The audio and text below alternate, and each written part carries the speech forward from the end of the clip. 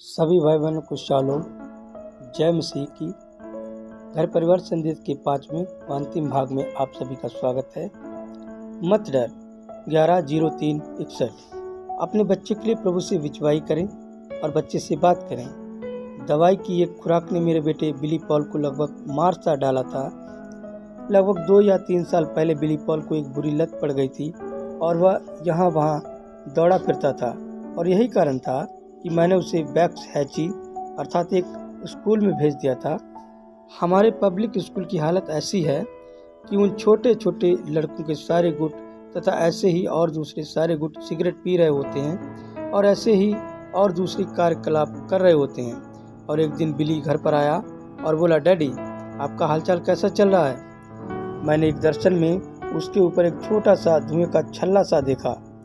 मैंने उससे कहा, जरा यहाँ पर आओ और मैं तुमसे बात करना चाहता हूँ। वह बोला, डैडी क्या बात है। मैंने कहा, क्या तुम सिगरेट पी रहे हो। वह बोला, मैं तो नहीं पी रहा हूँ। मैंने कहा, बिली तुम मुझसे झूठ मत बोलो। और वह रोने लगा। खैर वह बोला, डैडी मैं ऐसा फिर कभी नहीं करूँगा। और वह बाहर चला गया, लेकिन वह वैसा ही करता रहा। वह इसे छिपा नहीं रहा था, वह इसे छिपा नहीं सकता है, नहीं जी नहीं। अतः और मैंने एक दर्शन देखा और खुदा ने मुझे दिखाया कि बिली ने मेरी बात नहीं मानी और वह खिड़की से कूदकर बाहर निकल गया। और वह जाकर हंस रहा था और ऐसा लगता था कि उसका सिर नीचे की ओर अर्थात वह उल्टा हो और उसका सिर किसी नुकीली चीज पर हो और वह अनंतता में गोल गोल चक्कर काट रहा हो। और जब मैं उस दर्शन में से बाहर निकल कर आया तो मैं अपनी पूरी आवाज़ से जोर से चिल्ला चिल्ला कर कह रहा था, हे प्रभु मेरे लड़के को मुझसे ना लेना। मेरे पास तो सिर्फ एक ही लड़का है, प्रभु उसे मत लेना। और मैं अपनी पूरी आवाज़ से जोर से चिल्ला चिल्ला कर कह रहा था। और मैंने बिली को इसके बारे में बताया। आओ हम आपस में बात विवाद करें। 04-01-55। आप देखें कि आपके बच्चे किसके साथ खेलते हैं। टेलीविज़न पर बगैर सेंसर किए हुए कार्यक्रम, मूवी शो, गंदे भद्दे अश्लील कार्यक्रम दिखाए जाते हैं और हम एक नमूना बनाएं। आज हम अपने छोटे छोटे बच्चों पर निगाह लगा कर रखें। हम अपनी लड़कियों पर दृष्टि लगा कर रखें। उन नन्हे मुन्ने छोटे बच्चों को देखिए जो स्कूल से बाहर निकल कर आ रहे हैं। वे 6-7 साल के भी नहीं होते हैं और सिगरेटें सुलगाकर पी रहे होते हैं। ऐसा क्यों है? शायद उनकी माँओं ने ही उनके ठीक सामने ऐसा किया हो। अगर उन्होंने ऐसा नहीं किया है तो फिर कुछ वे बच्चे ऐसा कर रहे हों जिनकी सोबत में वे रह रहे हैं। आप देखें कि आपके बच्चे किसके साथ खेल रहे हैं। यह सही बात है। अधिक समय नहीं हुआ है जब किसी दूसरे दिन मेरी पत्नी यह बात जानती है। हम मेज के चौगिर्द बैठे हुए थे और मेरे नन्हे बेटे जोसेफ ने एक ऐसी भद्दी बात बोली जो एक पियक्कड़ नाविक को भी खुद अपने पर शर्मिंदा कर दे। और उस पर मैं मुड़ा और बोला, ये क्या है। और उसकी माँ तो ऐसी हो गई कि मानो बेहोश होकर गिर पड़ेगी। वह नन्हा बच्चा मासूम सा दिखाई पड़ता था। वह बोला, डैडी क्या बात है। और उसकी आंखों में से बड़े बड़े आंसू भर आए। मैंने कहा, उस जैसी बात फिर कभी मत बोलना। वह नहीं जानता था कि वह सब क्या था। बाद में मुझे मालूम हुआ कि उसके स्कूल के छोटे छोटे बच्चे उस गंदे भद्दे शब्द का इस्तेमाल कर रहे थे। मैंने अपनी पत्नी से कहा, प्रिय वह शैतान है। देखिए ठीक ऐसी ही स्थिति में आप हैं।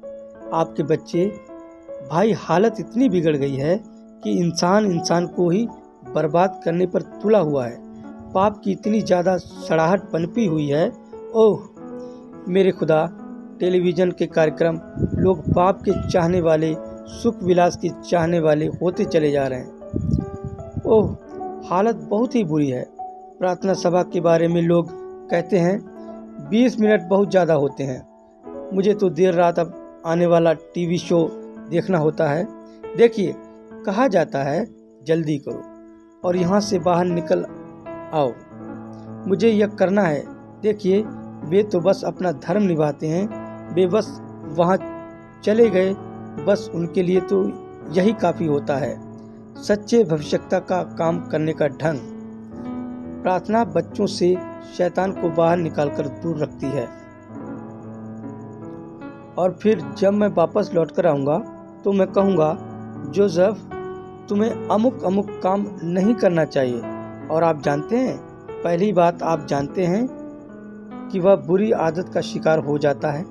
और यह बात आपको अपने बच्चों में भी देखने को मिलती है कि वे आपसे झूठ बोलते हैं। खैर, यह झूठ बोलने की आत्मा है जो उस बच्चे के ऊपर है, और इसके लिए केवल एक ही उपचार है, बंदूक ही साध ली जाए। यह मेरी तरकीब नहीं है भाई जेस। आप जानते हैं कि हम धुनाई करने के लिए सुम्बा उपयोग किया करते थे। जब हम संकट में पड़ जाते थे तो हम अपनी पुरानी बंदूकों में से सुम्बा निकाल लिया करते थे। हॉकी या सहारा देकर बोझ उठाने वाला डंडा निकाल लिया करते थे। यह कोई तरकीब नहीं है, परंतु प्रार्थना उस बुरी दुष्टात्मा को बच्चे में से निकालकर उसे उससे दूर रखती है। यह सच बात है, प्रार्थना ऐसा ही करती है। प्रश्न उत्तर 23/12-59। बच्चों के साथ प्रार्थना करें, प्रभु ही सब कुछ अलग किस्म का बना दे। हे मेरे अजीजों, प्रभु आपको आशीष दे। मैं उन बातों को कहना नहीं चाहता हूँ, लेकिन अगर मैं आपको सत्य ना बताऊँ तो प्रभु ही मुझे इसके लिए उत्तरदायी ठहराएगा। आपको घर जाना चाहिए। आप में से हर एक को घर जाकर आज रात्रि ही अपने पलंग के चारों ओर जमा हो जाना चाहिए, या यह हो कि घर पर बच्चों को और माँ को, उन सबों को पलंग के चौगिर्द जमा करें और कहें, माँ आओ हम ठीक यहीं पर दुआ करें कि प्रभु ही हमारे चारों ओर सचमुच में सब कुछ अलग ही किस्म का बना दे। आप जो पास्टर याजक हैं, आपको रविवार की सुबह अपनी मंडली को एक साथ इकट्ठा करना चाहिए और कहना चाहिए, आओ हम नए सिरे से शुरुआत करें, और आप एक दूसरे के प्रति भले दयावंत होंगे। पेंतेकोस्टल प्रचारकों, कभी कभी आप सड़कों पर ऐसे लोगों को देखते हैं। जब आप शहर में जाते हैं, आप कभी कभी उन्हें सड़कों पर ऐसा करते हुए देखते हैं कि वे लोगों और मोटर गाड़ियों की भीड़ में ही कूद पड़ते हैं। और आप जरा अपने दोस्तों पर गौर फरमाते हैं, और अगर आप उन्हें टिकट लेते हुए देखते हैं और आप अपने पैसे भी उसके हाथ में थमा देते हैं, और मैं इसकी परवाह नहीं करता हूँ कि वह कौन है, क्या उस पर जुर्माना नहीं होना चाहिए? देखिए, यहाँ तक कि सभी कामों में यह आप पर हावी होता चला जाता है। आपको एक दूसरे के प्रति भले रहने का प्रयास करना चाहिए, हाथ मिलाने की और मित्र बने रहने की और भला व अच्छा बने रहने की कोशिश करनी चाहिए। आपके चारों ओर अलगाव, पृथक्करण, द्वेष, मनमुटाव और मतभेदों की जितनी भी दीवारें हैं, आप उन्हें ढा दें, आप उन्हें गिरा दें। एक दूसरे के प्रति भले काम करते रहें। जब भी आप एक दूसरे से मुलाकात करते हैं तो आप एक दूसरे के प्रति भले रहें। और पहली बात, आप जानते हैं कि यह आपके चारों ओर प्रेम का एक ऐसा गट्ठर बना देगा कि आप उसी प्रेम में लिपट जाएंगे। हालेलुया! यही तो प्रभु की छाप है। मसीह विरोधी की छाप 11/03-55। बच्चों के लिए प्रार्थना करें। हो सकता है कि वे कुछ गलत कर बैठें। अगर माँओं ने ऐसा किया होता और पिताओं ने ऐसा किया होता तो उनमें किशोरावस्था में पनपने वाले आपराधिक प्रवृत्ति बिल्कुल भी ना होती। छोटे बच्चे सड़कों पर वैसे आवारागर्द न घूम रहे होते जैसा कि वे घूम रहे हैं, समझे? कहा था, अब मैं पहले से ये काम करता हूँ। अगर वे पाप भी कर लें, मैं उनमें से हर एक के लिए बलि चढ़ाऊंगा, और यदि उनसे कुछ गलत हो जाता है तो उनके पास पाए हुए लहू का मार्ग होगा कि वे घर की राह पर वापस आ जाएं। ओह मेरे खुदा, मैं इसे उनके लिए अर्पित करूंगा। अतः यहाँ पर यह बलि जॉन के लिए है। मैं इसे जॉन के लिए प्रभु को चढ़ाऊंगा। अब यदि वह मार्ग से भटक भी जाता है, उसकी अगुवाई करने के लिए पवित्र आत्मा अभी तक नहीं आया है। अतः अगर वह मार्ग से भटक भी जाता है तो हे खुदा, मैं उसके लिए यहाँ पर एक मार्ग बना देता हूँ। ओ मेरे प्रभु, आज रात्रि मेरी वहाँ नीचे है।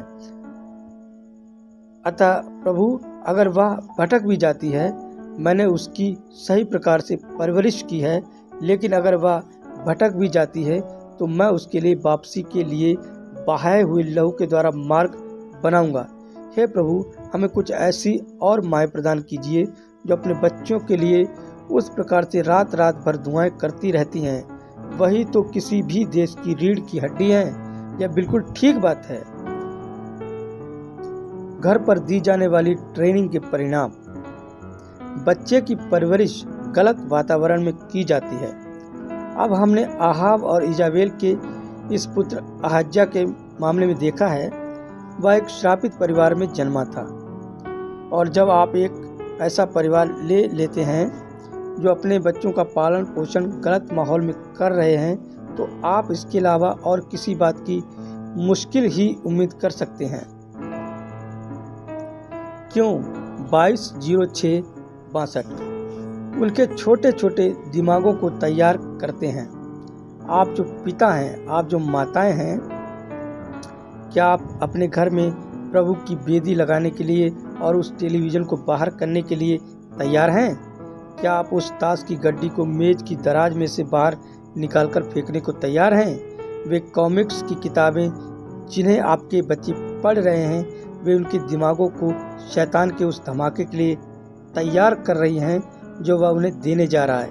क्या आप अपने घर परिवार में प्रभु की उस पुरानी वेदी को फिर से स्थापित करने के लिए तैयार हैं, या आप बस अपने उसी पुराने चाल चलन पर ही चलते रहना चाहते हैं? आप जो अभी भी आने की स्थिति में नहीं हैं, आप जो अभी भी अपने ही चाल चलन के अनुसार चल रहे हैं, परंतु मैं प्रार्थना करता हूँ कि आप शिमशोन के जैसे बन जाएं। आप उस कीमत को देख लें जो उसे चुकानी पड़ी, और आप तैयार हो जाएं। प्रभु, मुझे उनके साथ ही मर जाने दे। हे प्रभु, बस एक बार और। 20/01/63 परिवार में से ही कोई एक प्रचारक निकल आए, मसीह के पास 10 लाख प्राण भेज दे। और अब जो लोग यहाँ पर हैं, क्या उनमें से हर एक अपने यथास्थान पर कायम नहीं हो चुका है? हो सकता है कि आप और कुछ नहीं वन एक गृहिणी ही हो।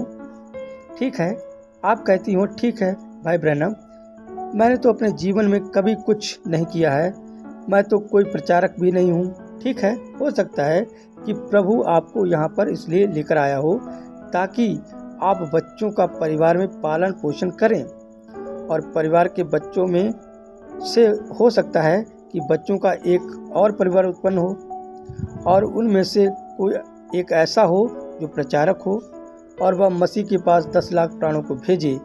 आपको तो यहाँ पर होना ही था। आप यहाँ पर एक उद्देश्य के लिए हैं। क्या आप ये जानती हैं? लेपालकपन 22/05/60 बच्चे जन्म से लेकर परिपक्वता तक। अब आप अपने जन्म से ही बढ़ने लगे हैं। जब आपने यहाँ इस धरती पर जन्म लिया और आपको इस संसार में प्रस्तुत किया गया, तो प्रभु को मालूम था कि आप यहाँ इस धरती पर होंगे, और आप अपने जन्म से लेकर परिपक्वता तक बढ़ते चले गए। वे बातें जो एक बच्चे के रूप में आपको अपनी युवा नारीत्व वाली अवस्था में तथा आपको अपने युवा पुरुषत्व वाली अवस्था में बहुत ही विचित्र सी लगती थी, अब बहुत ही ज़्यादा असली लगती है।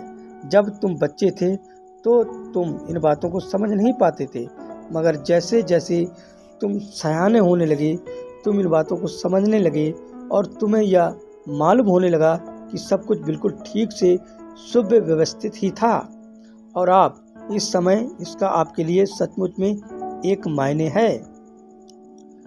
वे बातें जो होनी हैं। 05/12/65 बचपन जैसा कुछ भी नहीं है। बचपन के बारे में और किशोरावस्था के बारे में कोई बात होती है, और सारी जिंदगी भर उस जैसा कभी कुछ भी नहीं रहता। जो बुजुर्ग हैं, क्या उन्हें याद है कैसे हमारी माएँ हमें हमारे बाप से झपट लिया करती थी? जब हम कुछ गलत करते थे तो हमारा पिता हमें एक हल्का सा थप्पड़ लगाता था। ओह, वह बड़ा ही भयंकर होता था। परंतु आप जानते हैं, आप जो इस सुबह यहाँ पर हैं, मेरे साथ इस बात को जानते हैं, मैं कुछ भी वह दे सकता हूँ जिसके बारे में मैं सोच सकता हूँ। अगर मेरे पिता मुझे वही थप्पड़ लगाने के लिए इस धरती पर होते, वैसा और नहीं कर सकते हैं। यद्यपि मेरे पिता गुजर चुके हैं और आप में से बहुतेरों के साथ भी ऐसा ही हो चुका है, मगर बचपन जैसा कुछ भी नहीं। जीवन कथा 08/11/53 पहली आज्ञा के साथ प्रतिज्ञा है। क्या आप जानते हैं कि बाइबल में पहली आज्ञा क्या है, जिसके साथ एक प्रतिज्ञा भी है? वह आज्ञा जो एक प्रतिज्ञा है, वह क्या है? हो सकता है कि आपके लिए इन प्रतिज्ञाओं को समझना थोड़ा सा कठिन हो। पहली आज्ञा यह है, मेरे अलावा तेरा और कोई प्रभु ना हो। परंतु वह महान आज्ञा, और देखिए वह पहली आज्ञा जिसके साथ एक प्रतिज्ञा जुड़ी हुई है, वह बच्चों के लिए है। क्या आप जानते हैं?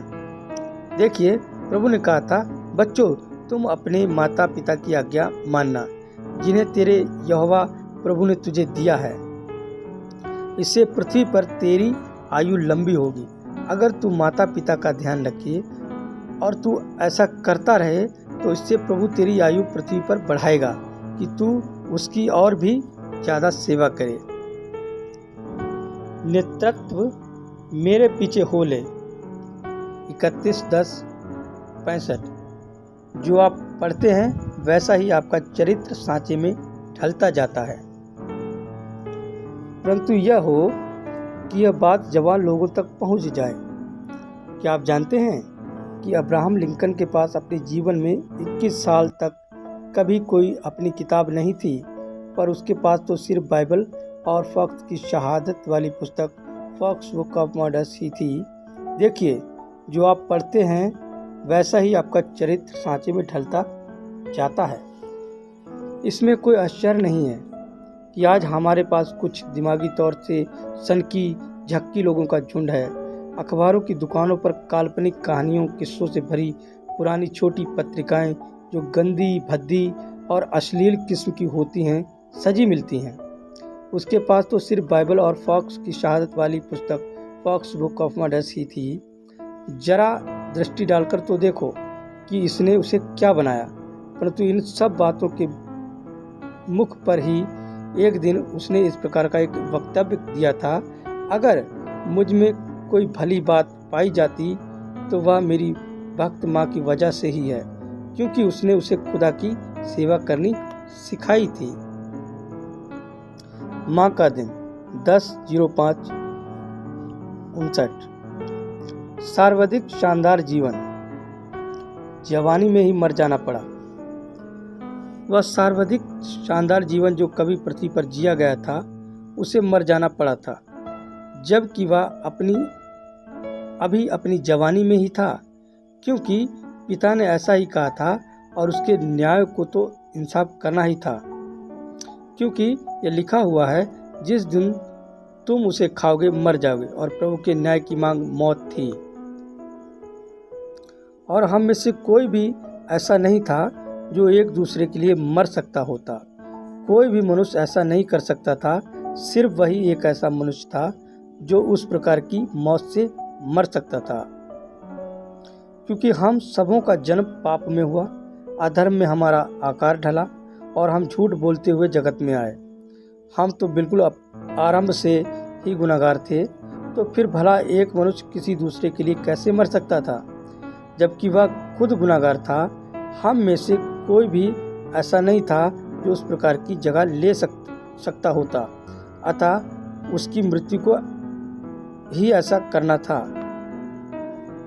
और खुद प्रभु ही नीचे आ गया और देहधारी हो गया, ताकि उस मौत के द्वारा मर सके। प्रभु आत्मा में तो नहीं मर सकता था, क्योंकि प्रभु तो अनंत है, अतः उसका आत्मा मरता नहीं है। परंतु वह तो प्रभु ही था और उसे अपना साक्षात प्रकटीकरण करना था, और वह अपनी महिमा छोड़कर एक चरनी में आ गया और उसे मरने के लिए एक पापमय देह धारण कर ली। ताकि वह अपनी कलीसिया को सुरक्षित रखे या अपनी कलीसिया को छुड़ाए और उसका मेल मिलाप खुद अपने से कराए। जीना, मरना, दफन होना, फिर जी उठना और फिर से आना। 030459। हीन भावना अपने ही तौर तरीके पर चलना चाहते हैं। जब किसी व्यक्ति को इसका एहसास हो जाता है कि उसमें हीन भावना है या इसी प्रकार की कोई भावना है, तो उसे इस पर कैसे जयवंत होना चाहिए। अतः क्या ऐसा हुआ होगा कि जब यह उसका बचपन ही था, जिसकी वजह से उसकी युवा अवस्था में ही उसके साथ ऐसा हुआ। आप उसके बिल्कुल उल्टा ही करें। अगर आप हमेशा ही अपने तौर तरीके पर चलना चाहते हैं और आप इस किस्म के आइडियल शख्स हैं कि आप हमेशा ही सब कुछ अपने ही तौर तरीके से करना चाहते हैं, तो आप उससे बिल्कुल उल्टा ही करें। आपके पास जो कुछ भी है आप उससे उल्टा ही तौर तरीके पर अर्पण कर दें। अगर आप खुदगर्ज अर्थात स्वार्थी हैं और सब कुछ अपने पास ही रखना चाहते हैं, तो आप दूसरों को वह देना शुरू कर दें जो आपके पास है। समझे? आप जो कुछ भी करते हैं आप सब उसके विपरीत ही करें। किसी भी उस बात से जो जहरीली है उस पर जयवंत होने का सिर्फ यही एक तरीका है। प्रश्न उत्तर 30/08/64। सदा सर्वदा माता पिता का आदर सम्मान करें। और देखिए, तुम जो जवान बच्चे हो, तुम जो युवा लोग हो, मैं इसकी परवाह नहीं करता हूँ कि बात क्या है। आपको सदा सर्वदा अपने माता और पिता का आदर सम्मान करना है। मैं सोचता हूँ कि सबसे ज़्यादा भयंकर बातों में से जो बात मैं सुन सकता हूँ वह यह है कि छोटे छोटे बच्चे, युवा बच्चे अपने माता पिता को कह रहे होते हैं, ओह बूढ़े और ओह बुढ़िया, कान लगाकर सुनो। वह केवल बूढ़े या बुढ़िया ही नहीं हैं, वे तो आपके बाप और माँ हैं। और जब किसी दिन तुम उन्हें गुजरते हुए देखोगे और उनके सिर को कमरे से बाहर निकलते हुए देखोगे और ताबूत के पहिए चरचर करके आवाज़ करते हुए जाते होंगे, तो तुम जानोगे कि वह कोई बूढ़ा या कोई बुढ़िया नहीं है। यह सच बात है। जब तुम प्रचारक को यह कहते हुए सुनते हो, राख को राख और मिट्टी को मिट्टी, तो तुम्हें एहसास होता है कि धरती पर जो तुम्हारा कभी सबसे अच्छा दोस्त रहा था वह जा रहा है। मगर इसकी मुश्किल तो यह है कि जब तुम इस बात को सीखते हो तब तक बहुत देर हो चुकी होती है। आप तब रोने का और आंसू बहाने का और उनके लिए ढेरों फूल पुष्प भेजने का इंतजार न करें। आप उन्हें यह सब कुछ ठीक इसी समय दें। एक अच्छा लड़का या एक अच्छी लड़की बने। जीवन गाथा 15/04/59। एक पुरुष बने, लड़की के लिए हॉर्न ना बजाएं। और उस सारे सप्ताह भर मैं बुधवार के आने का इंतजार करता रहा ताकि मैं अपनी लड़की मित्र से मुलाकात करूं। हम गिरजे जाया करते थे और मुझे याद है कि उस रात जब मैंने उस जगह की तरफ रुख करना शुरू किया जहां उसके लोग रहा करते थे और वे वहां पर एक बड़े और आलीशान घर में रहा करते थे, और मैंने सोचा और यहाँ मैं रहता हूँ, ओ मेरे खुदा। और मैंने सोचा, खैर मैं अपनी मोटर गाड़ी चलाकर वहाँ पहुँचा और मैंने सोचा मैं हॉर्न बजाने से भी बेहतर बात जानता था। मैं जानता था कि उसकी माँ और बाप दोनों की बाहर निकल आएंगे, और मैंने सोचा कि यह बिल्कुल ठीक बात है। लड़कों के लिए यह बड़ी ही घटिया बात है कि वे अपनी लड़की मित्र को बाहर बुलाने के लिए अपनी मोटर गाड़ी का हॉर्न बजाएं। अगर तुम में इतनी हिम्मत नहीं है कि तुम उसके पास अंदर जाकर उससे बात करो और उसे बाहर लेकर आ जाओ और उसके बाप से और उसकी माँ से बात करो, तो आपको नहीं चाहिए, कुछ भी हो आपको उससे मिलना भी नहीं चाहिए। यह सही बात है। जाइए, पुरुष बनिए। अतः मैं चलकर दरवाजे पर गया और मैंने सोचा मैं आज रात्रि बाहर ही रुका रहूँगा। और मैं सोचने लगा, जीवन गाथा 27/07/52। अगर बच्चे माँ बाप की इज्जत नहीं करते हैं तो समझो घर परिवार बर्बाद हो गया है। आप पूछते हैं कि भाई ब्रैनम, आप इसके बारे में क्या करते हैं? मुझे इसकी इज्जत करनी होती है। मैं एक अमेरिकी नागरिक हूँ। मैं वही करता हूँ जो सबसे बड़ा स्वामी करने के लिए कहता है। यदि कभी मैं अगर परिवार में घर कुटुंब की इज्जत नहीं होती है, अगर बच्चे माँ बाप की इज्जत नहीं करते हैं, तो समझो घर परिवार टुकड़े टुकड़े होकर बर्बाद हो गया है। अगर कोई कलीसिया पास्टर की इज्जत नहीं करती है, तो समझो कि उस कलीसिया की बर्बादी हो चुकी है। अगर कोई देश उच्चतम न्यायालय की और उसके फैसलों की इज्जत नहीं करता है, तो वह देश भी बर्बाद ही हो चुका है। देखिए, यही है वह जो सबसे बड़ा स्वामी बताता है, परंतु ऐसा आरंभ में नहीं था। यह बिल्कुल सच बात है।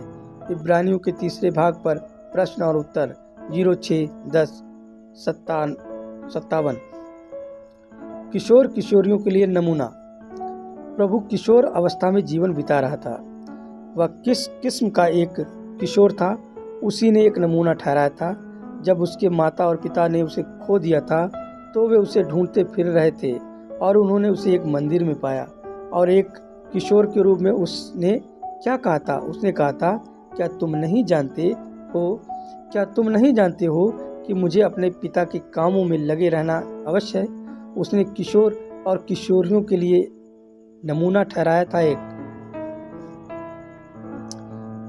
सर्वोच्च चिन्ह 27-12-59। वह अपने ही पिता की आज्ञाकारिता में पूरी तरह से था। क्या आप कल्पना कर सकते हैं कि यहोवा एक बच्चे के रूप में एक चरनी में, अस्तबल में एक चरनी में था? क्या आप इस बात की कल्पना कर सकते हैं? क्या आप कल्पना कर सकते हैं कि नन्हा यहोवा बालक के जैसे खेल रहा था? क्या एक नमूना है? क्या आप उसकी किशोर बालक के रूप में कल्पना कर सकते हैं? क्या आप कल्पना कर सकते हैं कि वह एक बढ़ई की दुकान में काम कर रहा था? और क्या आप कल्पना कर सकते हैं कि वह प्रभु के प्रति पूरी तरह से आज्ञाकारिता में था और उसी आज्ञाकारिता में होकर सलीब पर मर रहा था ताकि अपनी गिरी हुई सृष्टि का उद्धार करे? इस किस्म का प्रेम प्रभु का है और उसे तो मरने के लिए और मौत के उस डंक को लेने के लिए उस किस्म का बनना था। पहचान 23-01-63। प्रभु आप सभी भाई बहनों को आशीष दे। जय मसीह।